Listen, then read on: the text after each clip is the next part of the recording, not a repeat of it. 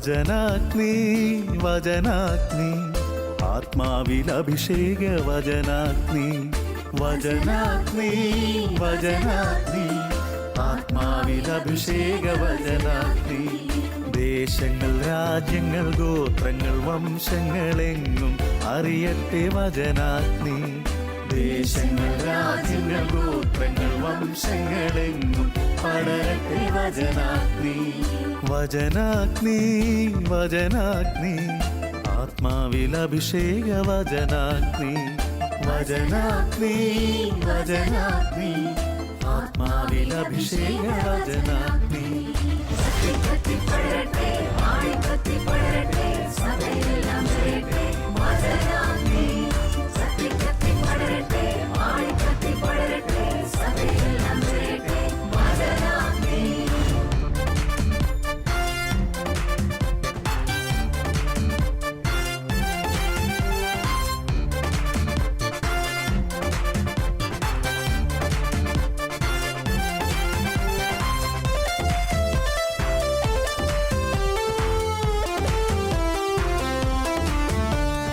അഗ്നി അയക്കുന്ന തിരുവചനം അത്ഭുതങ്ങൾ ഉളവാക്കും വചനം അഗ്നി അയക്കുന്ന തിരുവചനം അത്ഭുതങ്ങൾ ഉളവാക്കും വചനം വിശ്വാസമേകുന്ന തിരുവചനം മാംസമായി തീർന്നൊരു ദൈവവചനം വിശ്വാസമേകുന്ന തിരുവചനം മാംസമായി തീർന്നൊരു ദൈവവചനം വചനാഗ്നി വചനാഗ്നി ആത്മാവിൽ അഭിഷേക വചനാഗ്നി വചനാഗ്നി വചനാഗ്നി ആത്മാവിൽ അഭിഷേക വചനാഗ്നി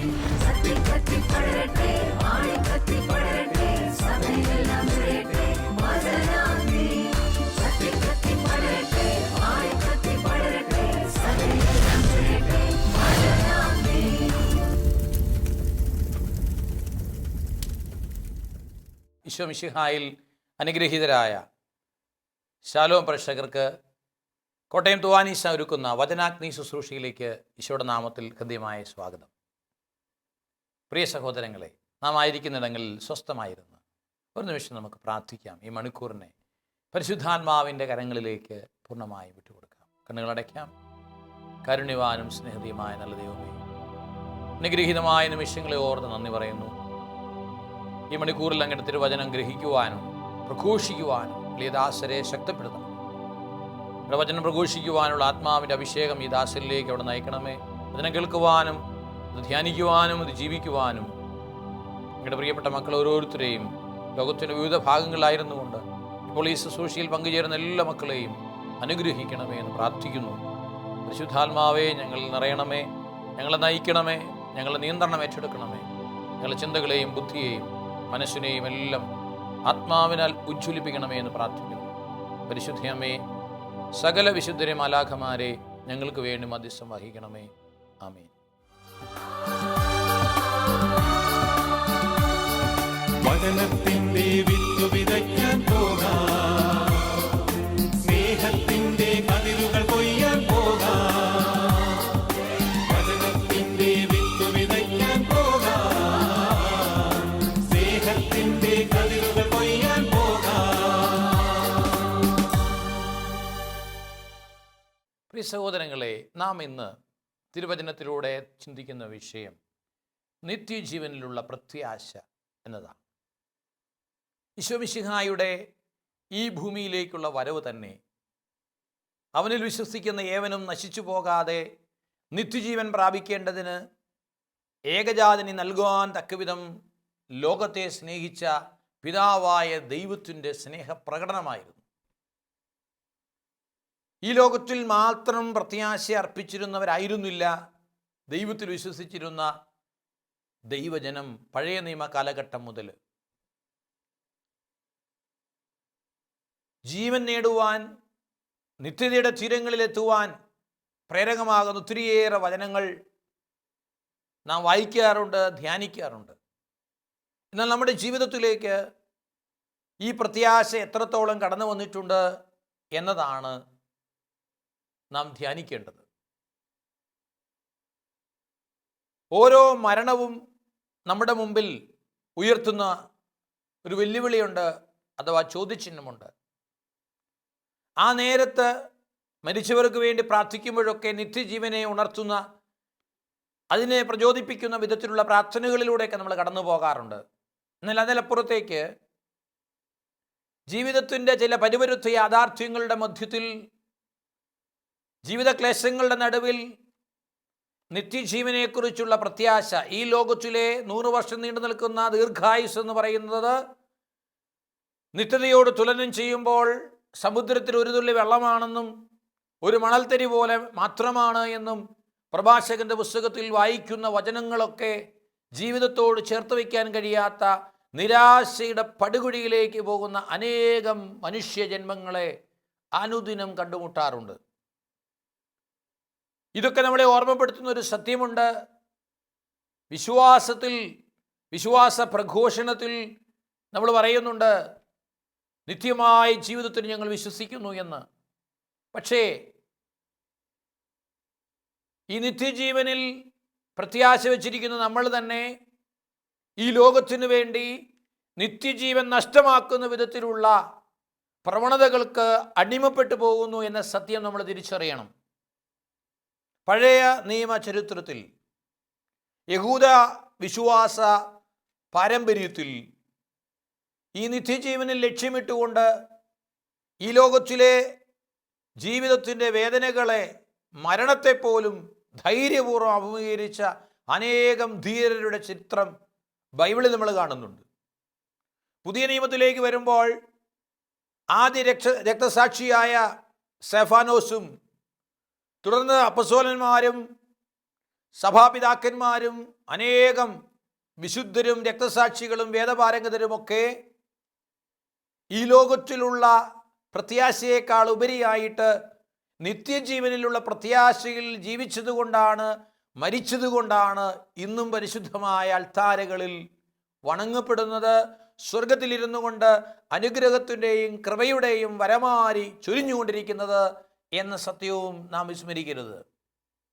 മക്കബായക്കാരുടെ 2-ാം പുസ്തകത്തിൽ അതിൽ 7-ാം അധ്യായത്തിൽ ഒരമ്മയെയും 7 മക്കളെയും പ്രതിപാദിക്കുന്നുണ്ട്. യഹൂദർക്ക് നിഷിദ്ധമായിരിക്കുന്ന പന്നിമാംസം കഴിക്കാൻ ആജ്ഞാപിച്ചപ്പോൾ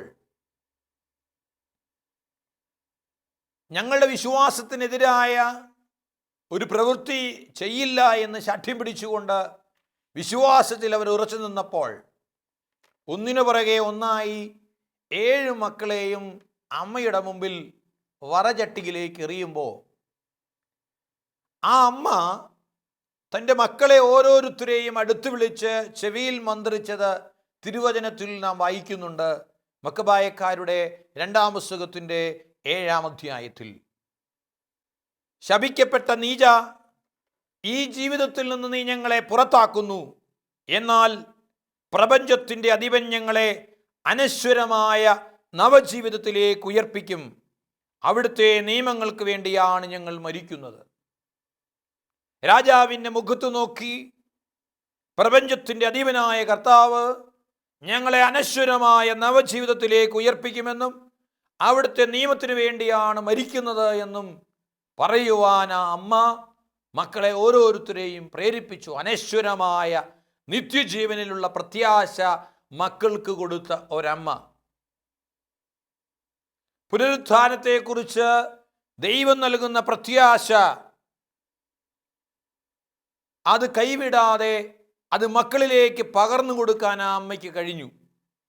അതുകൊണ്ടാണ് വചനത്തിൽ നമ്മൾ ഇപ്രകാരം വായിക്കുന്നു, 7-ാം അധ്യായത്തിൻ്റെ 20 മുതലുള്ള തിരുവചനങ്ങളിൽ, ആ മാതാവാകട്ടെ സവിശേഷമായ പ്രശംസയും സംപൂജ്യമായ സ്മരണയും അർഹിക്കുന്നു. ഒറ്റ ദിവസം 7 പുത്രന്മാർ വധിക്കപ്പെടുന്നത് കണ്ടെങ്കിലും കർത്താവിലുള്ള പ്രത്യാശ നിമിത്തം അവൾ സധൈര്യം അത് സഹിച്ചു. പിതാക്കന്മാരുടെ ഭാഷയിൽ അവരോരോരുത്തരെയും ധൈര്യപ്പെടുത്തി. ശ്രേഷ്ഠമായ വിശ്വാസദാർഢ്യത്തോടെ സ്ത്രീസഹജമായ വിവേചന ശക്തിയെ പുരുഷോചിതമായ ധീരത കൊണ്ട് അവൾ ബലപ്പെടുത്തി. അവൾ പറഞ്ഞു, നിങ്ങളെങ്ങനെ എൻ്റെ ഉദരത്തിൽ രൂപം കൊണ്ടുവന്ന് മക്കളെ എനിക്ക് അറിവില്ല. നിങ്ങളുടെ അവയവങ്ങൾ വാർത്തെടുത്തത് ഞാനല്ല, മനുഷ്യനെ ഉരുവാക്കുകയും എല്ലാറ്റിൻ്റെയും ആരംഭമൊരുക്കുകയും ചെയ്ത ലോകസ്രഷ്ടാവ് തൻ്റെ നിയമത്തെ പ്രതി നിങ്ങളെ തന്നെ വിസ്മരിക്കുന്നതിനാൽ കരുണാപൂർവം നിങ്ങൾക്ക് ജീവനും ശ്വാസവും വീണ്ടും നൽകും. അപ്പോൾ ജീവനും ശ്വാസവും ഈ ലോകത്തിൽ നഷ്ടപ്പെട്ടാലും ദൈവമായ കർത്താവ് അത് വീണ്ടും നൽകുമെന്നുള്ള പ്രത്യാശ മക്കൾക്ക് കൊടുത്തുകൊണ്ട്, ആ മക്കൾ എങ്ങനെ തൻ്റെ ഉദരത്തിൽ രൂപം കൊണ്ടു എന്നത് തനിക്ക് അജ്ഞാതമാണ്. അവയവങ്ങൾ വാർത്തെടുത്തതും ശ്വാസവും ജീവനും നൽകിയതും ഞാനല്ല, അത് ദൈവമാണ്. ഈ ഒരു വലിയ ബോധ്യം സവിശേഷമായ പ്രശംസയും സമ്പൂജ്യമായ സ്മരണയും അർഹിക്കുന്ന വിധത്തിൽ ആ മാതാവിനെ ശ്രേഷ്ഠയാക്കി മാറ്റി. എന്നെ ശ്രമിക്കുന്ന പ്രിയപ്പെട്ട മാതാപിതാക്കളെ, നിങ്ങളുടെയൊക്കെ കുഞ്ഞുങ്ങളുടെ ജീവിതത്തിലേക്ക് ഈ ലോകത്തിൻ്റെതായ ലൗകികമായ നേട്ടങ്ങളുടെ പട്ടിക നിരത്തി കൊടുക്കുന്ന നാമൊക്കെ ഓർക്കണം. ഈ നേട്ടങ്ങൾക്കപ്പുറത്തേക്ക്, ഈ നേട്ടങ്ങളൊക്കെ ഈ ലോക ജീവിതത്തിന് ഉതകുന്നതാണെങ്കിൽ അതിനപ്പുറത്തേക്ക് നിത്യജീവൻ്റെ തീരങ്ങളിലെത്തിക്കുവാൻ തക്ക വിധമുള്ള ദൈവത്തിൻ്റെ അനശ്വരമായ സൗഭാഗ്യത്തെക്കുറിച്ച് എത്ര പേര് ബോധ്യം നൽകി മക്കളെ വളർത്തുന്നുണ്ട്. പ്രഭാഷകന്റെ പുസ്തകത്തിൽ 18-ാമത്തെ അധ്യായത്തിൽ നമ്മൾ വായിക്കുന്നുണ്ട്, ഈ ഭൂമിയിൽ 100 വയസ്സ് വരെ ഒരു മനുഷ്യൻ ജീവിച്ചാൽ അത് ദീർഘായുസ്സാണെന്ന് പറയും. എന്നാൽ നിത്യതയോട് തുലനം ചെയ്യുമ്പോൾ ഭൂമിയിലെ ഈ നീണ്ട സംവത്സരങ്ങൾ ഒരു സമുദ്രത്തിൽ ഒരു തുള്ളി വെള്ളം പോലെയും ഒരു മണൽത്തരി പോലെയും മാത്രമാണ്. ഒരു തുള്ളി വെള്ളവും ഒരു മണൽത്തരിയും പോലെ മാത്രമുള്ള ഈ ലോക ജീവിതത്തിൽ മാത്രം പ്രത്യാശ അർപ്പിച്ച് തലമുറകളെ വാർത്തെടുക്കുന്ന പ്രിയപ്പെട്ട സഹോദരങ്ങളെ, ഇന്നത്തെ ലോകം നേരിടുന്ന ഏറ്റവും വലിയ വെല്ലുവിളി ഈ ലോകത്തിനപ്പുറത്തേക്ക് നിത്യജീവൻ്റെ ലോകത്തെക്കുറിച്ചുള്ള ചിന്തയില്ലായ്മയാണ്.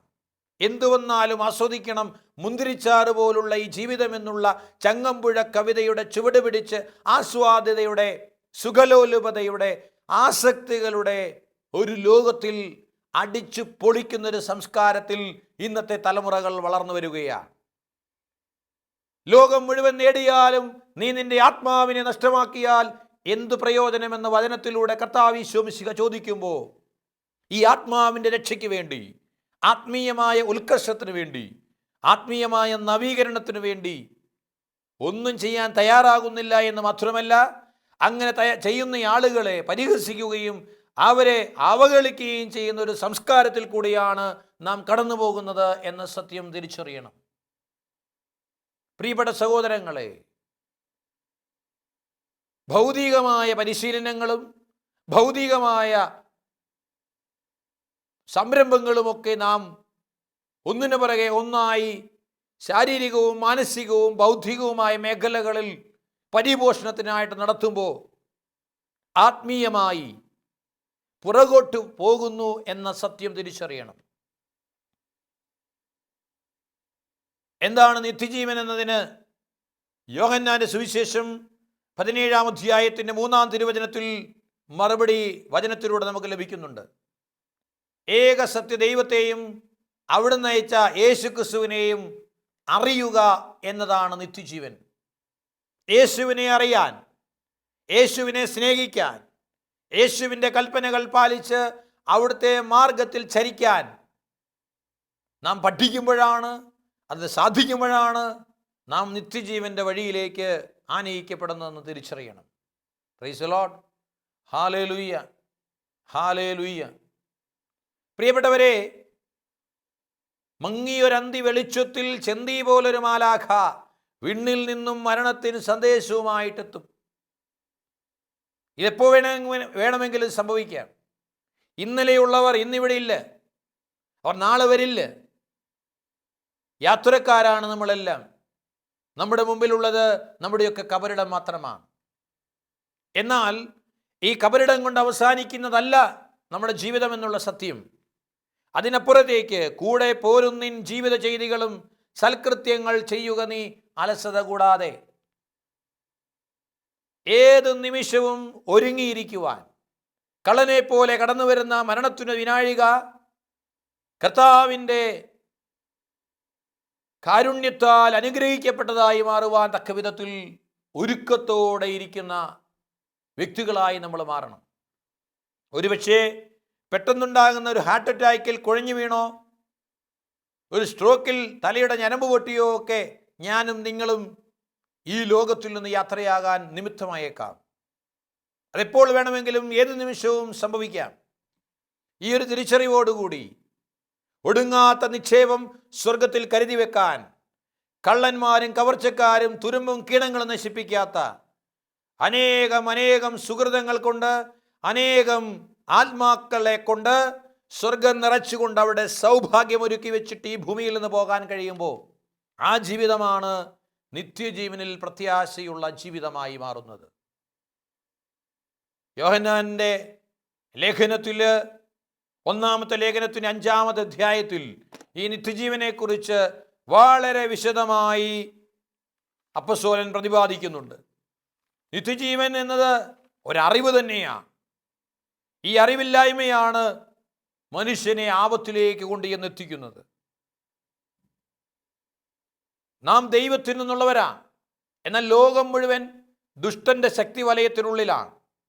ഈ ബോധ്യത്തിൽ ദൈവത്തിൽ നിന്ന് ജനിച്ചവരായ നാം പാപത്തിൽ നിന്ന് അകന്ന് ജീവിക്കുമ്പോഴാണ് നിത്യജീവനെക്കുറിച്ചുള്ള അറിവ് നമ്മളിൽ ജനിക്കുന്നത്. യേശു ദൈവപുത്രനാണെന്ന് വിശ്വസിക്കുന്നവനാണ് ലോകത്തെ ജയിക്കുന്നതെന്നാണ് വചനം പറയുന്നത്. ഇപ്പം യേശു ദൈവപുത്രനാണ്.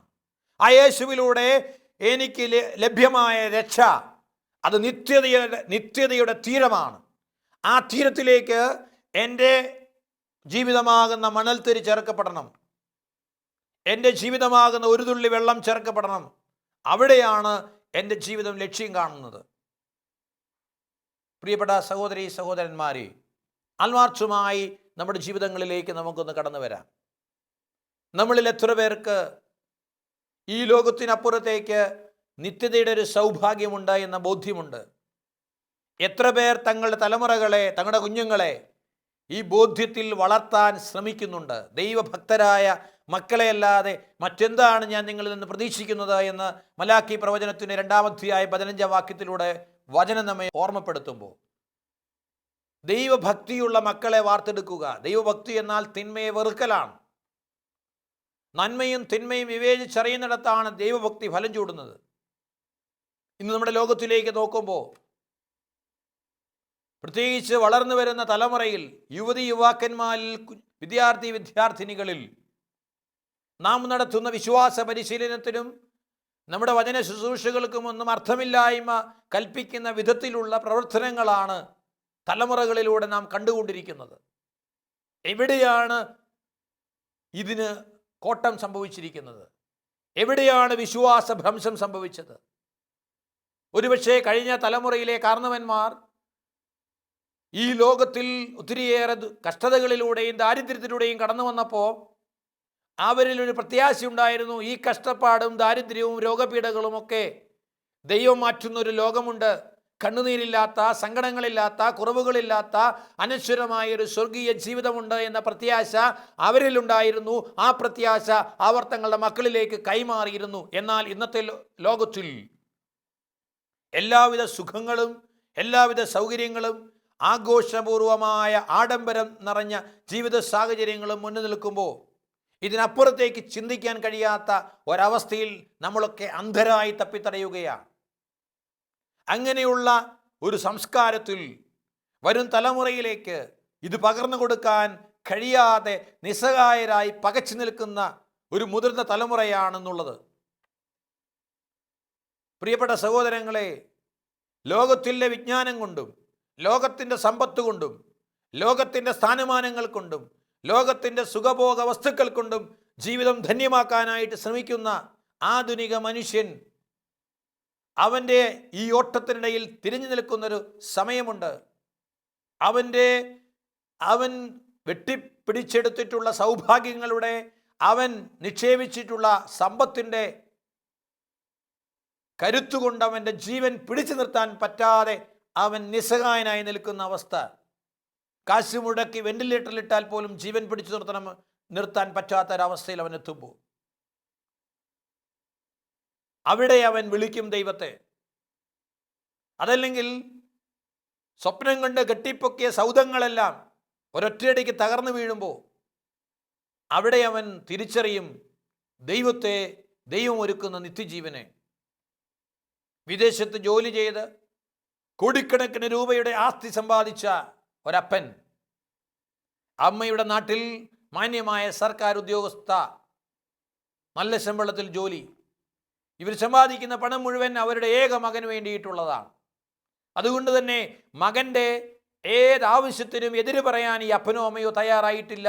ഒരേ ഒരു മകൻ. ആ മകൻ അവൻ്റെ PG പഠിക്കുന്ന സമയത്ത് അവൻ്റെ ഒരാഗ്രഹമാണ് ഡ്യൂക്ക് ബൈക്ക് വാങ്ങിക്കുക.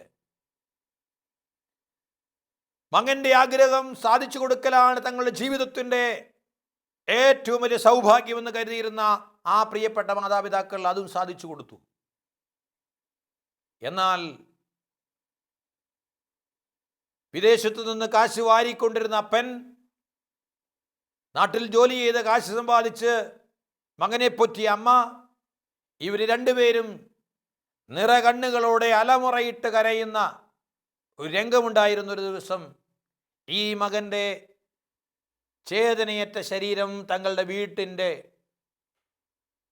മുറ്റത്ത് കിടത്തിയപ്പോൾ മകനെ സന്തോഷിപ്പിക്കാൻ അവൻ്റെ ഇഷ്ടത്തിന് എതിര് നിൽക്കാതെ അവന് വാങ്ങിക്കൊടുത്ത ബൈക്ക് തന്നെ അവൻ്റെ മരണത്തിനു കാരണമായി മാറിയപ്പോൾ ജീവിതമാകെ ശൂന്യമായി തോന്നുന്ന ഒരവസ്ഥ.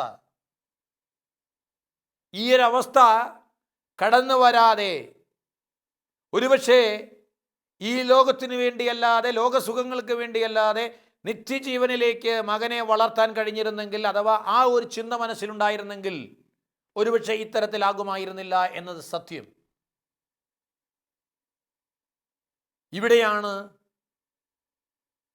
തൻ്റെ പൊന്നോമന മകൻ്റെ ചേതനയേറ്റ ശരീരം നോക്കി കർത്താവ് ഈശോ മിശിഹായിലുള്ള ഉറച്ച വിശ്വാസത്തോടെ ദുഃഖത്തിൻ്റെ പാനപാത്രം കർത്താവിൻ്റെ കയ്യിൽ തന്നാലും സന്തോഷത്തോടെ ഏറ്റുവാങ്ങി ഞാൻ ഹല്ലേലൂയ പാടുമെന്ന് പറഞ്ഞ കൊച്ചു കുഞ്ഞു ഉപദേശി നമുക്ക് വെല്ലുവിളിയായി നിൽക്കുന്നത്. ഈ ലോകത്തിൻ്റെ മരണമല്ല, ഈ മരണത്തിൻ്റെ സന്തോഷത്തെ തകർക്കാൻ കഴിയില്ല. അതിനപ്പുറത്തേക്ക് നിത്യജീവൻ നൽകുന്ന എൻ്റെ ദൈവം എൻ്റെ കൂടെയുണ്ട്. ആ ദൈവത്തിലുള്ള വിശ്വാസമാണ് എനിക്ക് പുതുജീവൻ പകരുന്നത് എന്ന ബോധ്യം നമ്മെ നയിക്കട്ടെ. പ്രിയപ്പെട്ട സഹോദരി സഹോദരന്മാരെ, ഈ ദിവസം മക്കബായക്കാരുടെ പുസ്തകത്തിലെ ആ അമ്മയെപ്പോലെ സവിശേഷമായ പ്രശംസയും സമ്പൂജ്യമായ സ്മരണയും അർഹിക്കുന്ന വിധത്തിൽ ലൗകികതയിൽ നിന്ന് നിത്യതയിലേക്ക് പ്രയാണം ചെയ്യാൻ തക്ക വിധത്തിൽ ദൈവത്തിൻ്റെ പരിശുദ്ധാത്മാവ് നമ്മൾ ഓരോരുത്തരെയും അഭിഷേകം ചെയ്യട്ടെ.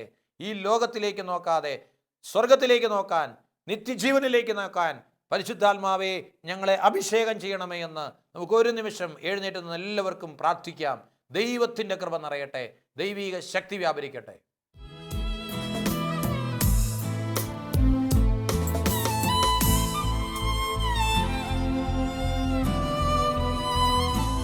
ക്രൂശിൽ കണ്ടു ഞാൻ നിൻ സ്നേഹത്തെ, ആഴമാർന്ന നിൻ മഹത്യാഗത്തെ. ക്രൂശിൽ കണ്ടു ഞാൻ നിൻ സ്നേഹത്തെ. കാരുണ്യവാനും സ്നേഹനിധിയുമായ നല്ല ദൈവമേ, അങ്ങയുടെ പരിശുദ്ധമായ നാമത്തിൽ ഉറച്ച് വിശ്വസിച്ചുകൊണ്ട് ഞങ്ങൾ പ്രാർത്ഥിക്കുന്നു. അങ്ങയുടെ ഏകജാതനെ ഞങ്ങൾക്ക് നൽകിയത് ഞങ്ങളാരും നശിച്ചു പോകാതെ നിത്യജീവൻ പ്രാപിക്കേണ്ടതിനാണ്. കർത്താവേ, നിത്യജീവനിലുള്ള പ്രത്യാശ ഞങ്ങളെ വളർത്തണമേ. ഈ ലോകത്തിലെ നഷ്ടങ്ങളിലേക്ക് നോക്കാതെ, ഈ ലോകത്തിലെ നേട്ടങ്ങളിലേക്ക് നോക്കാതെ, സ്വർഗം നഷ്ടമാകുന്നതിൽ വേദനിക്കുവാൻ, സ്വർഗം ലക്ഷ്യമാക്കി ജീവിക്കുവാൻ ഞങ്ങളെ ഓരോരുത്തരെയും അഭിഷേകം ചെയ്യണമേ എന്ന് പ്രാർത്ഥിക്കുന്നു. പരിശുദ്ധാത്മാവേ, ഞങ്ങളിൽ നിറയണമേ. പരിശുദ്ധ അമ്മയെ ഞങ്ങൾക്ക് വേണ്ടി അപേക്ഷിക്കണമേ. സകല വിശുദ്ധരെ മാലാഖമാരെ ഞങ്ങളുടെ കൂടെ നിന്ന് ഞങ്ങളെ നിത്യതയിലെത്തിക്കുവാൻ സഹായിക്കണമേ. ഇരുകരങ്ങളും ഉയർത്തി സ്വരമുയർത്തി ശക്തിയോടെ സ്തുതിച്ചു പ്രാർത്ഥിക്കട്ടെ. ഹല്ലേലൂയ, ഹല്ലേലൂയ, ഹല്ലേലൂയ, ഹല്ലേലൂയ, ഹല്ലേലൂയ. യേശുവേ ആരാധന, ആരാധന, ആരാധന, ആരാധന, ആരാധന, ആരാധന, ആരാധന, ആരാധന. ശക്തിയോടെ സ്തുതിക്കട്ടെ, സ്തുതിക്കട്ടെ, സ്തുതിക്കട്ടെ. ഹല്ലേലൂയ, ഹല്ലേലൂയ, ഹല്ലേലൂയ, ഹല്ലേലൂയ. യേശുവേ ആരാധന, ആരാധന, ആരാധന, ആരാധന. യേശുനാമത്തിൽ പ്രാർത്ഥിക്കുന്നു. നിത്യജീവനിലേക്ക് ഞങ്ങളെ നയിക്കുന്ന പരിശുദ്ധാത്മാവെ സഹായിക്കണമേ. ഇത് തടസ്സത്തിരിക്കുന്ന എല്ലാ തിന്മകളെയും, തിന്മയുടെ സ്വാധീന ശക്തികളെയും, അന്ധകാരത്തിൽ ആധിപത്യങ്ങളെയും യേശുവിന്റെ നാമത്തിൽ ബന്ധിക്കുന്നു. യേശു രക്തത്താൽ നിർവീര്യമാക്കി പ്രാർത്ഥിക്കുന്നു. ഹല്ലേലൂയ, ഹല്ലേലൂയ, ഹല്ലേലൂയ, ഹല്ലേലൂയ, ഹല്ലേലൂയ. യേശുവേ ആരാധന, ആരാധന, ആരാധന, ആരാധന, ആരാധന, ആരാധന, ആരാധന, ആരാധന. ഹല്ലേലൂയ, ഹല്ലേലൂയ, ഹല്ലേലൂയ, ഹല്ലേലൂയ, ഹല്ലേലൂയ, ഹല്ലേലൂയ, ഹല്ലേലൂയ, ഹല്ലേലൂയ, ഹല്ലേലൂയ, ഹല്ലേലൂയ, hallelujah. Praise the Lord. Hallelujah.